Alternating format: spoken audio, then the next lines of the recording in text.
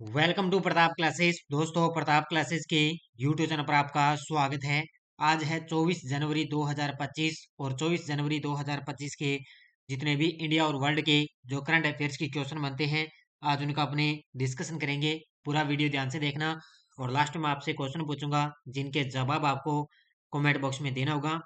आज अपने पढ़ेंगे कि सीमा सुरक्षा बल बीएसएफ के नए महानिदेशक नियुक्त हुए हैं। 2025 में सुभाष चंद्र बोस आपदा प्रबंधन पुरस्कार किसे दिया गया और भारत 2025 में फिडे शतरंज विश्व कप की मेजबानी करेगा, इनकी आज हम चर्चा करेंगे पूरे लेटेस्ट न्यूज के साथ में। डेली आपको सुबह मेरी 8 बजे लाइव क्लास आपको मिलती है। ये class first grade UPSC, SSGD, पटवार, रेलवे, बैंक, आरएएस, यूआरओ सभी के लिए ये क्लास आपके लिए रामबाण साबित होगी। डेली आपको सिर्फ 20 मिनट की क्लास के अंदर पूरा करंट आपको कवर है करवाया जाता है पूरे लेटेस्ट न्यूज के साथ। करेंगे सभी साथी वीडियो को लाइक शेयर। सभी साथियों को गुड मॉर्निंग। सबसे पहले हम करेंगे कल के क्वेश्चनों को रिवाइज। सुपरसोनिक कंबसन रैमजेट तकनीक पर आधारित हाइपरसोनिक तकनीक का विकास किस संगठन ने किया? तो डीआरडीओ द्वारा। भारत ने किस स्वदेशी मिसाइल प्रणाली का सफल परीक्षण किया? तो ये किया है भार्गवास्त्र का। एडेलमैन ट्रस्ट बैरोमीटर 2025 द्वारा प्रकाशित सार्वजनिक विश्वास सर्वेक्षण में भारत कुल विश्वास रैंकिंग में कौन से स्थान पर गिरा? तीसरा स्थान। भारत ने 2036 ओलंपिक खेलों की मेजबानी के लिए हाल ही में किस राज्य में 4 दिवसीय महत्वपूर्ण आयोजन किया? तो ये किया है गुजरात में। 17 जनवरी 2025 को नाइजीरिया को किस अंतर्राष्ट्रीय समूह का आधिकारिक सदस्य बना दिया गया? तो ये बना है ब्रिक्स का। 20 जनवरी 2025 को अमेरिकी राष्ट्रपति डोनाल्ड ट्रंप ने किस अंतर्राष्ट्रीय समझौते से अमेरिका की दूसरी बार वापसी की घोषणा की? पेरिस जलवायु समझौते के तहत। छत्तीसगढ़ के मुख्यमंत्री विष्णु देव साय ने किस वर्ग को वार्षिक 10,000 रुपए प्रदान करने की योजना की? तो ये की है भूमिहीन श्रमिकों को। कल मैंने आपको ये छत्तीसगढ़ का जो सीएम है ये बता दिया था, भूपेश बघेल, जो पूर्व सीएम रहे थे छत्तीसगढ़ के भूपेश बघेल है। तो इसको सही कर लेना। ये है छत्तीसगढ़ के सीएम है विष्णुदेव है साहे वर्तमान के अंदर। इन्होंने 10,000 रुपए वार्षिक प्रदान करने की योजना शुरू की है। कौन सी? भूमिहीन श्रमिकों को। तो ये थे कल के क्वेश्चनों का रिवाइज हमने कर लिया। बाकी मैंने यहाँ पे आपको सही करवा दिया ये। और जो टेस्ट मिला था आपको, ये डेली वाला टेस्ट मिलता है, इसके अंदर भी मैंने इसको सही करवा दिया था। अच्छे तरीके से पढ़ो। बाकी डेली आपको सुबह मेरी क्लास मिलती है। और कल मैंने आरएएस के लिए अपनी रिवीजन क्लासें आ रही है। आरएएस प्री एग्जाम के लिए रिवीजन क्लासें आ रही है। कल मैंने जुलाई और अगस्त का 2 महीनों का एक साथ रिवाइज आपको करवाया था, तो वो क्लासें आप देखें। जरूरी नहीं है कि आरएएस के लिए हो, वो क्लास फर्स्ट ग्रेड के लिए भी है, चाहे यूआरओ है, चाहे आपके लिए पटवार है, सभी के लिए वो क्लास है। क्योंकि करंट तो आपको पता है सभी में एक समान है रहता है, अलग अलग कोई चेंज नहीं होता। यहाँ उसमें चेंज होता है। तो स्पेशल आरएएस वगैरह सबको आपको रिवीजन क्लासें मिलती रहेगी। अच्छे तरीके से पढ़ो और वीडियो को लाइक शेयर करते रहो। और सभी साथियों को गुड मॉर्निंग। करें स्टार्ट आज की क्लास। और 24 जनवरी को बनाते हैं आज राष्ट्रीय बालिका दिवस, क्योंकि इसकी शुरुआत हुई थी 2008 को राष्ट्रीय बालिका दिवस की। तो आज 24 जनवरी को राष्ट्रीय बालिका दिवस मनाया जा रहा है। तो स्टार्ट करें आज की क्लास। पहला प्रश्न आपके सामने, महेश कुमार अग्रवाल, क्या नाम है? महेश कुमार अग्रवाल को हाल ही में किस संगठन में अतिरिक्त महानिदेशक एडीजी के रूप में नियुक्त किया गया है? महेश कुमार अग्रवाल को हाल ही में किस संगठन में अतिरिक्त महानिदेशक एडीजी के रूप में नियुक्त किया गया? तो ये बने हैं सीमा सुरक्षा बल बीएसएफ के महानिदेशक। तो ये याद रखना, सीमा सुरक्षा बल यानी कि महेश कुमार अग्रवाल को अतिरिक्त पुलिस महानिदेशक, क्या है? अतिरिक्त पुलिस महानिदेशक एडीजी के रूप में नियुक्त किया गया है। किनको? सीमा सुरक्षा बल यानी कि बीएसएफ के अंदर। ये तस्वीर में आप देख सकते हो, ये है महेश कुमार अग्रवाल। देखो, अधिकारी का नाम महेश कुमार अग्रवाल। नियुक्ति की पुष्टि 19 जनवरी 2025 को। इसका प्राधिकरण गृह मंत्रालय। और इनका कार्यकाल रहेगा 4 वर्ष या अगले आदेश तक, जो भी पहले हो, ये इनका कार्यकाल रहेगा। वर्तमान में पद की बात करें तो इस नियुक्ति से पहले जो महेश कुमार अग्रवाल हैं, वो तमिलनाडु में सशस्त्र पुलिस के विशेष पुलिस महानिदेशक के रूप में कार्यरत थे। यानी कि तमिलनाडु में सशस्त्र पुलिस के विशेष पुलिस महानिदेशक के रूप में ये कार्यरत थे। अब इनको ये जो बीएसएफ है, यानी कि सीमा सुरक्षा बल बीएसएफ है, इसके अंदर अतिरिक्त पुलिस महानिदेशक के रूप में इनको नियुक्त कर दिया है। किनको? महेश कुमार अग्रवाल को। अच्छे तरीके से पढ़ लेना क्योंकि नई नियुक्ति हो चुकी है। अब बात आई है महानिदेशक की, तो आपके सामने है बूस्टर डोज। देखिए, ज्ञानेंद्र प्रताप सिंह को किस संगठन का महानिदेशक नियुक्त किया गया? सीआरपीएफ के बने हैं अभी ताजा ज्ञानेंद्र प्रताप सिंह। सशस्त्र सीमा बल के महानिदेशक अमृत मोहन प्रसाद, याद रखना अच्छे तरीके से। भारतीय तटरक्षक बल के 26वें महानिदेशक परमेश शिवमणि हैं। केंद्र सरकार ने नारकोटिक्स कंट्रोल ब्यूरो का नया महानिदेशक किसको नियुक्त किया? अनुराग गर्ग को। और किसे नया एनएसजी महानिदेशक नियुक्त किया गया? बी श्रीनिवासन को नियुक्त किया गया है। तो ये नई नियुक्ति की बात आई, तब आपको मुख्य मुख्य मैंने बूस्टर डोज के अंदर रिवाइज करवाया है। 2025 में सुभाष चंद्र बोस आपदा प्रबंधन पुरस्कार के लिए संस्थागत श्रेणी में किसे चुना गया है? 2025 में सुभाष चंद्र बोस आपदा प्रबंधन पुरस्कार के लिए किस संस्थागत श्रेणी में किसे चुना गया? इस प्रकार का अगर कोई भी पुरस्कार है, ये फिक्स है, प्रश्न है जो आपको सीधे सीधे मिलेंगे एग्जाम में। तो ये अब की बार किसको दिया गया? ये दिया गया है भारतीय राष्ट्रीय महासागर सूचना सेवा केंद्र को। किसको दिया गया? भारतीय राष्ट्रीय महासागर सूचना सेवा केंद्र को अब की बार है 2025 में सुभाष चंद्र बोस आपदा प्रबंधन पुरस्कार के लिए चुना गया। क्योंकि अभी आपको मैंने बताया ना, 23 जनवरी को सुभाष चंद्र बोस की जयंती बनाई गई थी, या इसी को बोलते हैं पराक्रम दिवस। क्या बोलते हैं? पराक्रम दिवस बोलते हैं। तो इस पर घोषणा हुई कि अब की बार भारतीय राष्ट्रीय महासागर सूचना सेवा केंद्र को सुभाष चंद्र बोस आपदा प्रबंधन पुरस्कार दिया जाएगा। तो भारतीय राष्ट्रीय महासागर सूचना सेवा केंद्र INCOIS हैदराबाद है, तो इसको सुभाष चंद्र बोस आपदा प्रबंधन पुरस्कार 2025 के लिए संस्थागत श्रेणी में चुना गया। सुभाष चंद्र बोस आपदा प्रबंधन पुरस्कार में नगद राशि दी जाती है, प्रमाण पत्र दिया जाता है, और हर साल 23 जनवरी को घोषित किया जाता है। यानी कि हर साल, हर वर्ष 23 जनवरी को यह पुरस्कार मिलता है। और अब की बार 23 जनवरी को नेताजी सुभाष चंद्र बोस की 128वीं जयंती बनाई गई है। ये भी आपको याद रखना है, कौन सी जयंती? 128वीं। उत्तर पूर्व भारत का पहला राज्य कौन सा है जिसने स्वामित्व योजना के तहत संपत्ति कार्ड वितरित किए हैं? अभी कल परसों ही मैंने बताया था कि मोदी जी ने भी संपत्ति कार्ड जो है वितरित किए हैं। तो उत्तर पूर्व भारत का पहला राज्य कौन सा है जिसने स्वामित्व योजना के तहत संपत्ति कार्ड वितरित किए हैं? तो वो राज्य है मिजोरम। कौन सा राज्य है? मिजोरम राज्य है उत्तर पूर्व भारत का पहला राज्य है जिसने स्वामित्व योजना के तहत संपत्ति कार्ड वितरित किए। इसके अंदर मोदी जी ने भी इस सम्मेलन के अंदर भाग लिया था। देखो, मिजोरम उत्तर पूर्व भारत का पहला ऐसा राज्य बन गया जिसने गांव के आबादी क्षेत्रों के सर्वेक्षण और उन्नत तकनीक में मानचित्रण योजना के तहत संपत्ति कार्ड वितरित किए हैं। ये मैंने बताया था ना, ये जो संपत्ति कार्ड है, ये मैंने बताया था उस दिन मोदी ने घोषणा की थी। तो ये ड्रोन के माध्यम से ये कार्ड दिए जाते हैं। किस योजना है? स्वामित्व योजना के तहत। इस कार्यक्रम में मोदी जी ने भी भाग लिया। 10 राज्यों और 2 केंद्र शासित प्रदेशों के लाभार्थियों को 65 लाख से अधिक संपत्ति कार्ड वितरित किए गए थे। ये मैंने बता दिया। मिजोरम के 18 गांवों के 1754 संपत्ति कार्ड धारकों को इस कार्यक्रम के तहत उनके कार्ड सौंपे गए थे। टोटल 18 गांव थे मिजोरम के, और संपत्ति कार्ड कितने? 1754 संपत्ति कार्ड धारकों को ये कार्ड वितरित किए गए थे। तो ये पहला राज्य बन गया जिसने क्या है, गांव के जो आबादी क्षेत्रों का सर्वेक्षण किया और साथ में ही उन्नत तकनीक से मानचित्रण योजना के तहत ये संपत्ति कार्ड वितरित किए हैं। अब कुछ मिजोरम की बात आई है, तो अब कुछ चीजें मिजोरम के बारे में पढ़नी है। Booster dose. वर्तमान में वीके सिंह मिजोरम के नए राज्यपाल बने। अभी हाल ही में 5 राज्यों के नए राज्यपाल बने थे ना, तो वीके सिंह भी मिजोरम के नए राज्यपाल।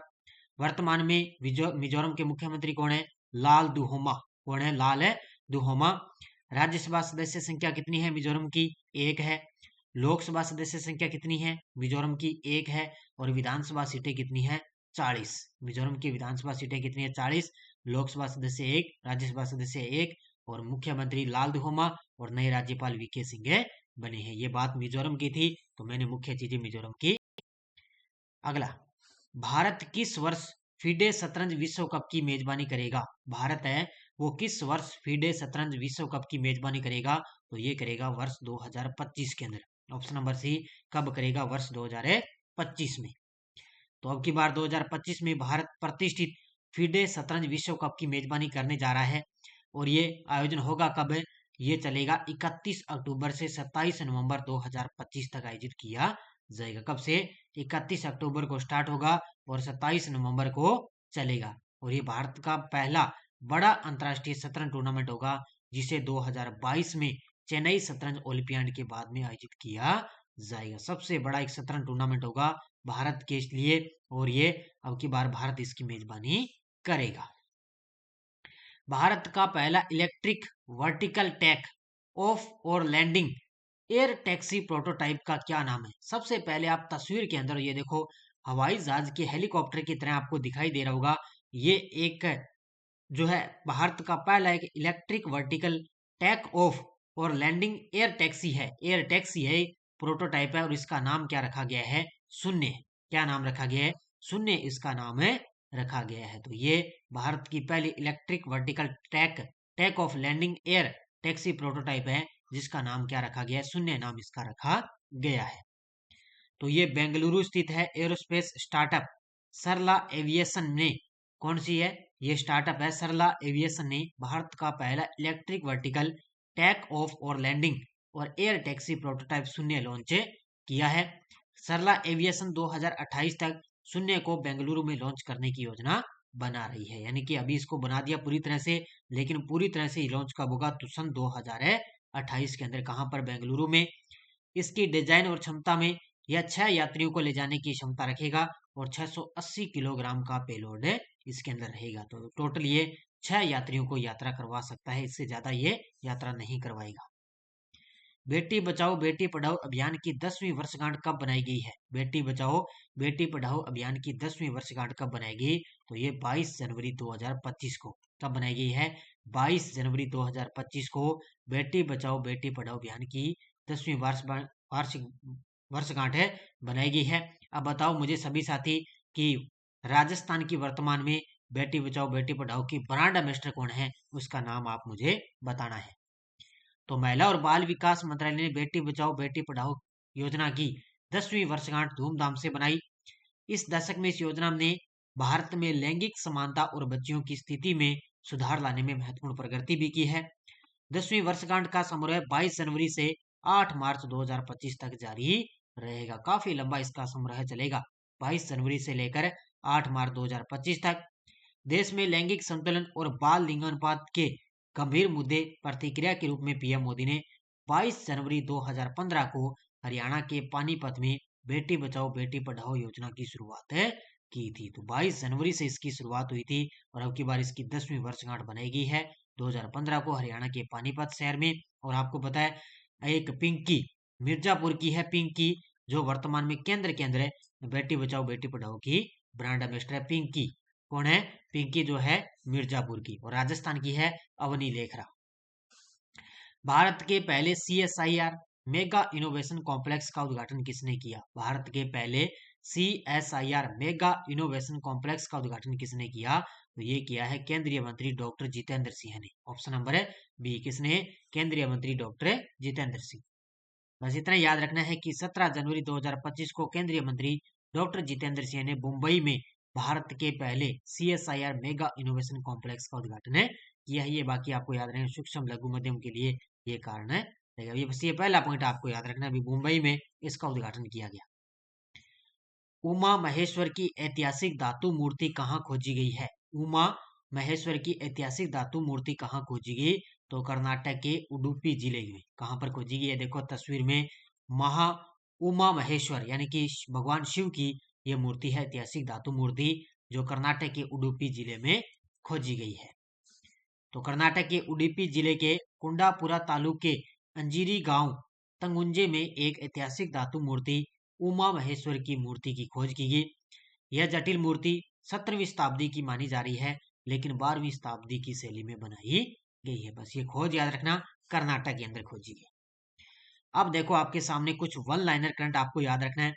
एक तो है भारत के मुंबई के युवा घुड़सवार जय सिंह सबरवाल ने वर्ल्ड जंपिंग चैलेंज की बी कैटेगरी में दूसरी रैंक हासिल की है, क्योंकि भारतीय खिलाड़ी हैं, मुंबई के रहने वाले घुड़सवार है ये जय सिंह सबरवाल। इन्होंने वर्ल्ड जंपिंग चैलेंज के अंदर बी कैटेगरी में दूसरा स्थान।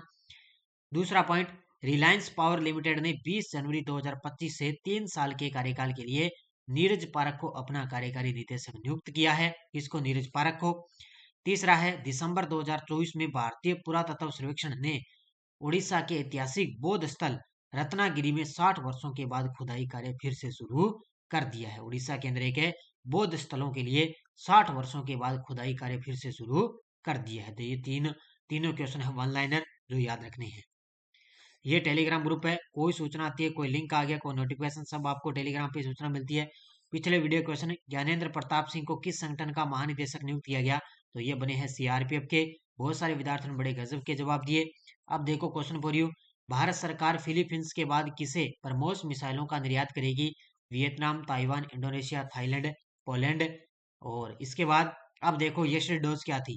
निम्नांकित में से किस वाद में भारत के उच्चतम न्यायालय ने उल्लेख किया है कि संसदीय विशेषाधिकार संविधान का अभिन्न अंग है? तो एस एम शर्मा बनाव कृष्ण सिन्हा 1959 के अंदर ये बात है कही गई है। भारत के उच्चतम न्यायालय में न्यायाधीशों की संख्या में वृद्धि करने की शक्ति किसके पास है? तो वो है संसद के पास।